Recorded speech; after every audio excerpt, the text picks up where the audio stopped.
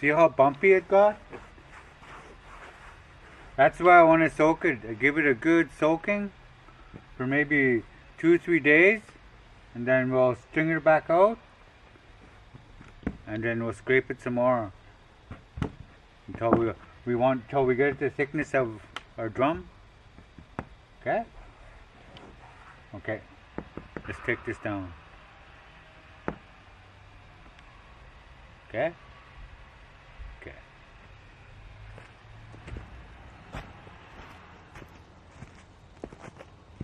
Before I take the hide off, let's put it back over on that side. Okay? Okay.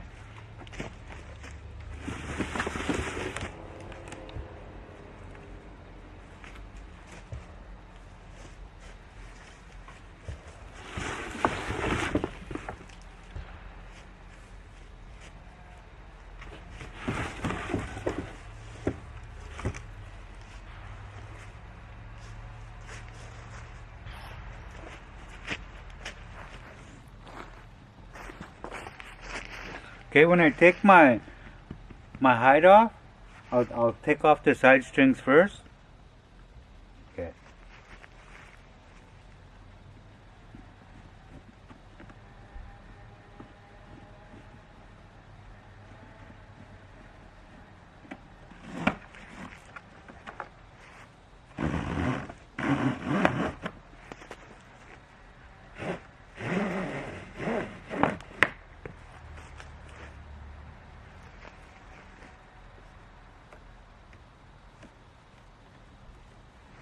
Like so. Make sure you take knots out because it's going to get hung up just like that. Won't slide through.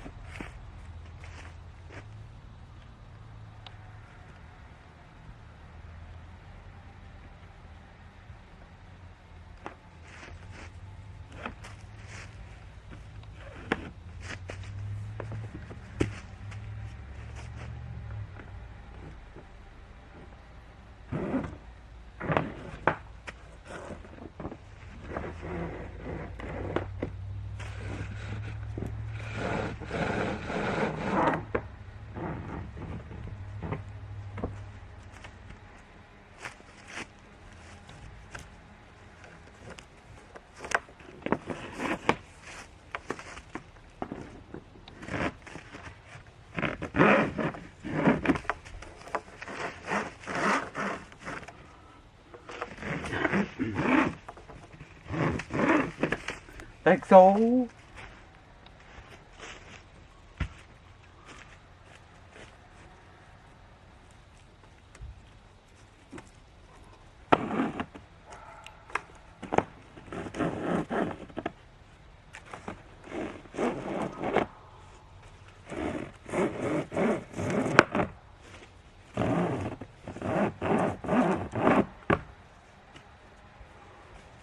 Countdown to trapping. I think beaver season's almost here too. I think it's the 15th of October, beaver season.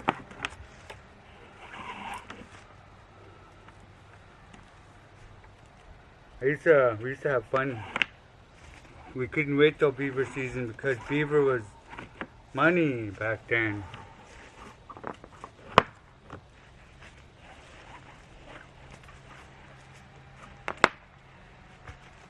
Okay, now we'll do the bottom.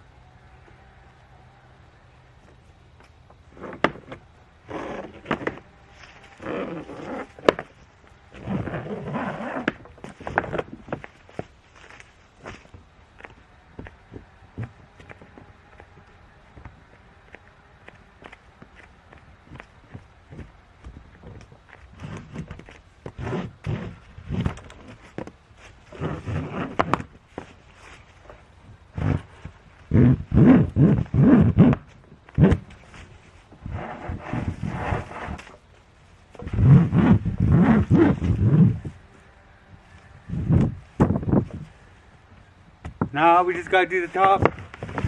Awesome.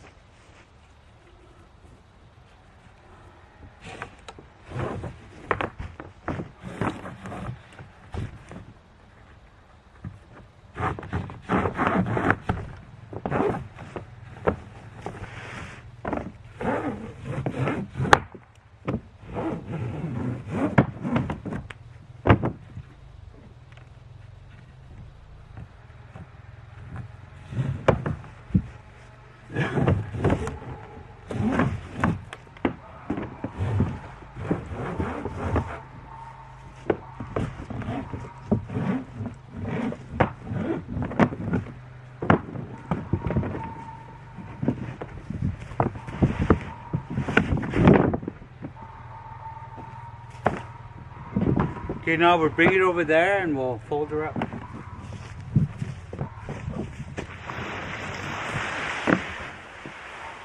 Okay, I'll just fold it in half.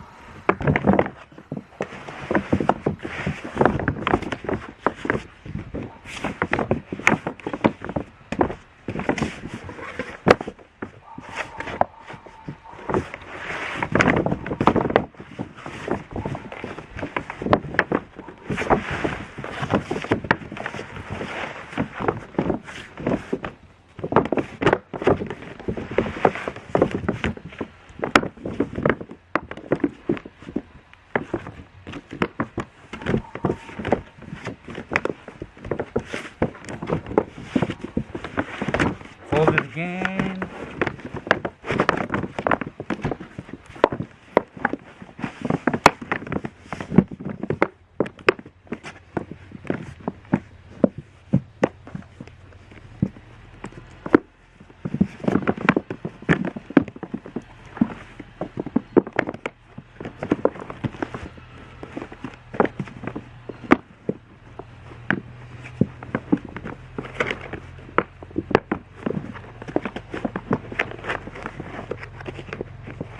Like so.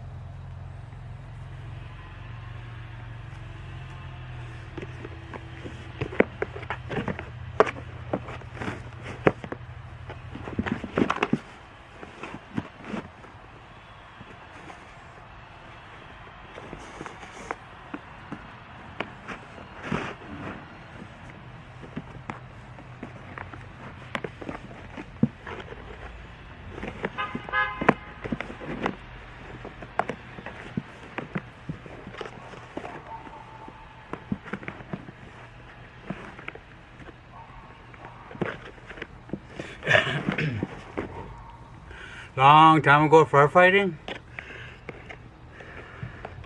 our bedroll used to have a foamy and horse blankets. This is how we used to tie our bedroll up when we're packing up. Like that.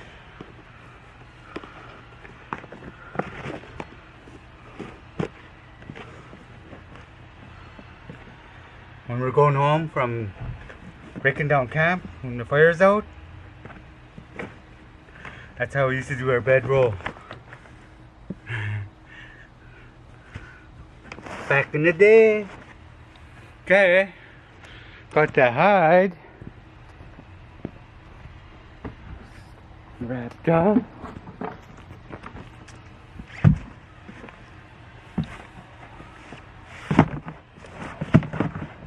And then we'll just fill it with water, cold water. Okay? Make sure you got your little pulling string.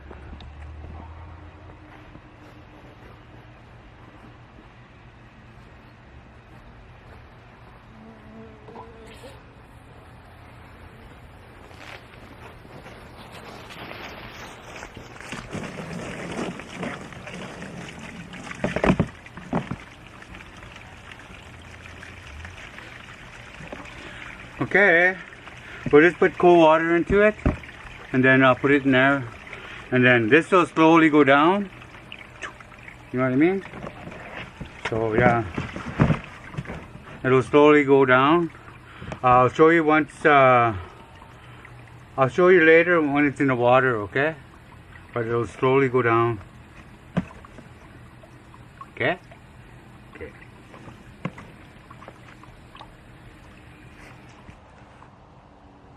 So anyways, let's put this away.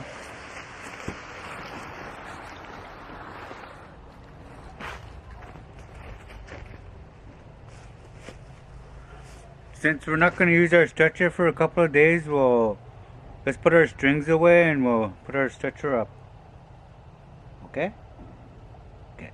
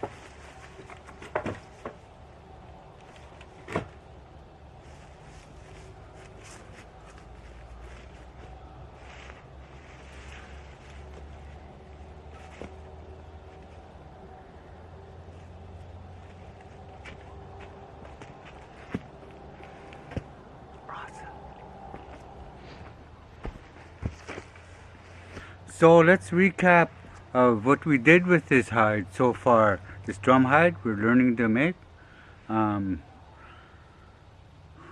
First we squared off the hide, and then we made loops and strung it up, and then we fleshed the hide on the frame, and we cut the hair off on the frame too.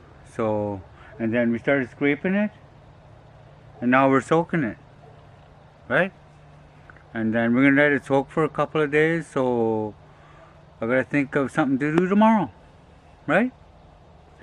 But anyways, when I made that remark about firefighting back in the day, when we used to tie our bedroll up like that, yeah, we were getting 680 an hour firefighting back in the day. It was fun. But the first fire I went to was called a tan fire. Back in the day, you could write your fire name on your hard hat. I had a whole bunch of names on my hard hat, but I'd walked away. But anyways, my first fire was the tan fire, and they made me cook. I didn't know how to cook, so I cook all the canned food first. I just put it all in one pot, and I didn't know we had meat at the helipad, because our fire was this way, and the helipad was this way. And then somebody said, "Oh, you know, there's meat at the helipad." And by the time I went up there, all the meat was spoiled, because I cooked all the canned food first. But I didn't know. First fire, and I was young, but anyways, a fire was by the Satany, and we had a pump coming up from the Satany. When we first gonna put the pump in, I remember this big swan just flew from where we were gonna put the pump in. We put that pump in, and then we started surrounding the fire, and everything was going good, but we couldn't get to the far area where we couldn't get water over there. There's muskeg there, so they called in Snuffy. Snuffy, he was good with dynamite, eh? So Snuffy was supposed to blow 2 holes for us, and the first hole, all the muskeg blew up, and then it fell right back in the hole. But the second hole, he was doing good. He did good. He blew all the muskeg sideways. And the idea we blew those holes was so the water could fill up, and then we could throw a pump in there and start putting out the fire on that side. But anyways, the wind picked up. Holy, trees are falling, and the fires are going, you know, like a jet plane. Holy, those trees are just crowning this. And we had dynamite with us. I was carrying the dynamite. Stuffy was ahead of us, Mike. And then I was glad we hit that cut line, because it was scary, man. First fire, I thought all fires gonna be like that, but after that it was just like we're mop-up crew, eh? So we just put out hot spots and stuff. Like close to the end of the fire, they'll drop these what do you call it, paper trail. They go like 5 o'clock in the morning, and they look for hot spots through the infrared thing, and then they'll have a big nail, and there's like ticker tape tied to it. Then they'll drop it where the hot spot is, and then they'll give us a map in the morning, a crew of 3, like we'll have a piss can, shovel, and axe, 3-man crew, and we'll look for those paper trails from the map ranger give us. And then once we find a paper trail, we'll use our nose. We'll kind of, until we get that whiff of smell, the smoke, we just smell it, and then we'll go put it out. But anyways, I was a firefighter. Everything was going good. We were getting 680, and then you want to be parcel man? It was 740. Pump man, I think it was 720. And that's why I wanted to be a parcel man, but I swamped for a while back in the day then. And yeah. But anyways, everything was going good until we were getting $20. We were a unit crew. But then, I don't know what happened after that. So anyways, see you tomorrow. Okay? And peace.